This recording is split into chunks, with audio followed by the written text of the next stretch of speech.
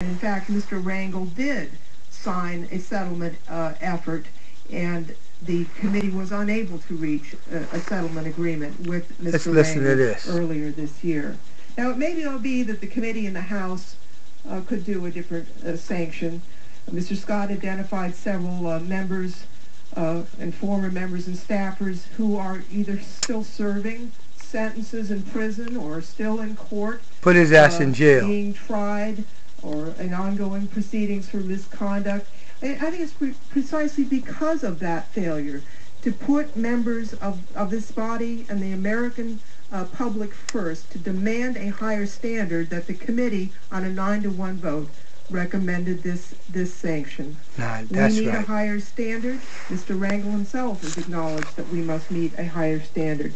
Process is about protecting the integrity of the House as much as it is about sanctioning an individual who has violated the rules. The nonpartisan committee council recommended this on a 9-to-1 vote. The bipartisan committee recommended this. This is a wrenching decision for us all. It is not with any pleasure at all that I stand here today presenting the committee's report. And finally, it is for each and every one of us to sort through our own conscience, mindful of the obligation we have first and foremost to the American people to protect the integrity of the House as we decide what to do. Each of us must cast the vote that we think is right, and I will respect each member who does that. And with that, I would turn now to and recognize Mr. Butterfield for the purpose of offering an amendment. The gentleman will yield back time for debate. Mr. Speaker, may I be heard for the purpose of offering an amendment? The gentleman is recognized. Mr. Speaker, I have a motion to amend at the desk. The clerk will report the amendment.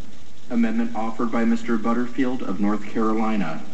Strike be censured and insert be reprimanded, and strike paragraphs 2 and 3 and redesignate paragraph 4 as paragraph 2. The gentleman from North Carolina is recognized. Mr. Speaker, I move the previous question on the amendment and on the resolution. Without objection, the previous question is ordered on amendment and the resolution. The question is on adoption of the amendment. Those in favor say aye. Aye. Those opposed, no. No. In the opinion of the chair, the ayes have it. No, the noes have it. Call for a vote. Mr. Speaker, I Gentleman from Alabama. Mr. Speaker, I move for a recorded vote. That's right. Recorded vote has been requested. Parliamentary procedure. I told y'all I knew what I was talking about. A sufficient number having risen, a recorded vote is ordered. Members will record their votes by electronic device. This is a 15-minute vote. That's right. Now they're going to recess, Mommy. I know this stuff, Boomy. Mommy. So the I love you so much. Vote on the Ethics Committee recommendation of censure. Bust his ass. Is under. No, right now they're taking a recess for the vote. That's going to be a recorded vote, so everybody votes and they get a number and they're going to bust his ass because he freaking lied. He said the noes have it and he did that on purpose. That is part of the role What exactly is going on right now? he has to play in order to force a recorded vote. In order to lessen these sanctions so that it would go from censure to reprimand. Reprimand is a letter in the mail that you get saying you did a lot of things wrong. This is what Rangel most wants right now, is that while he will officially have been found to have done something wrong, it spares him the humiliation, which has only been meted out only a couple of dozen times, of standing in the well and having the censure read against him. So G.K. Butterfield, who's a member of the Ethics Committee, who's a supporter of Rangel's, who's a fellow member of the Congressional Black Caucus, offered that amendment. They are going to vote on it over the next 15 minutes.